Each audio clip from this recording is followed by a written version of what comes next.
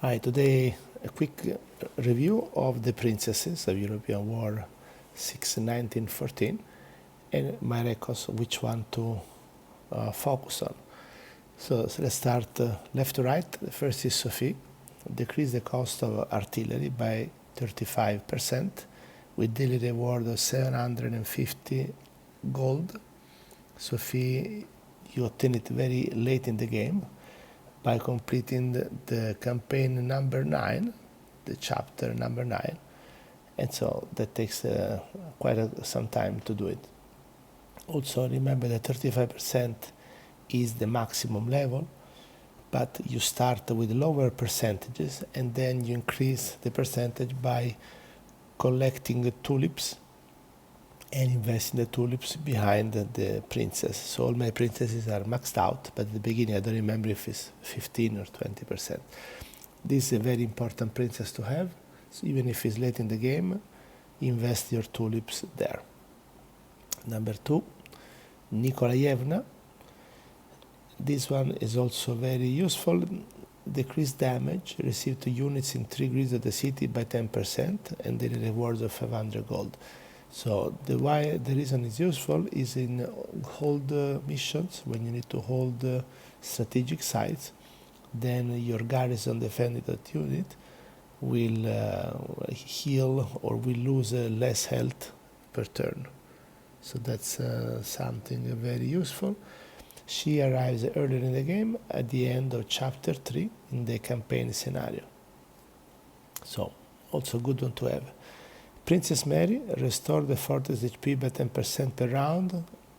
So this one is not a good one. As you can see from the level, I didn't invest in her. And gives you the 500 gold as a daily reward. But other than that, you have it at the end of a Marine Overlord, chapter 5. I wouldn't waste money because to invest in a princess, you need to first build a palace, which costs 85 gold in battle. And if you build a palace, you take a slot from other building like the military academy or market, industry, farm. So I really invest normally in princesses that either reduce the cost of artillery and cavalry, or those that they increase or decrease the damage. That's it. So Luisa is one I invest often. She increased the damage dealing to units in 3 grids by 15%. She is the opposite of Nicolaevna that we just saw before. Instead of decreasing damage, increasing damage in the opponent. I prefer this one honestly, but it's all debatable. She arrives very early in the game and after clearing it chapter 2, Attack of the Eagle. So good one to have. And then my absolute favorite, Adelaide, because I'm a cavalry fan, decrease the cost of recruiting the cavalry of the city by 25%. She is obtained at the end of Dual Monarchy, completing the chapter 6, the campaign, and also gives you 2 daily medals on top of this bonus. Then Bergozan, restore unit 25% when in the city temple. Again, you need to build a temple, then place the unit because the missions are short. It's not really worth doing it. The reward still 500 coins. Excuse me, and we obtain it for when you clear the campaign 4. Eugenie, the building in the city don't catch fire, totally useless princess, 500 gold daily reward.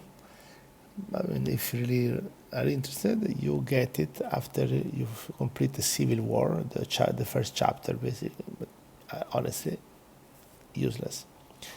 Then, Iriana, decrease the cost of recruiting infantry by 25%.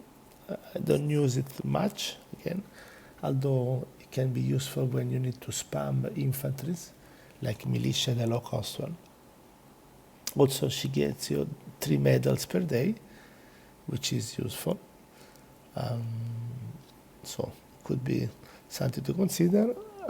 She comes toward the end, though, after clearing European powder keg, chapter 7 in the game.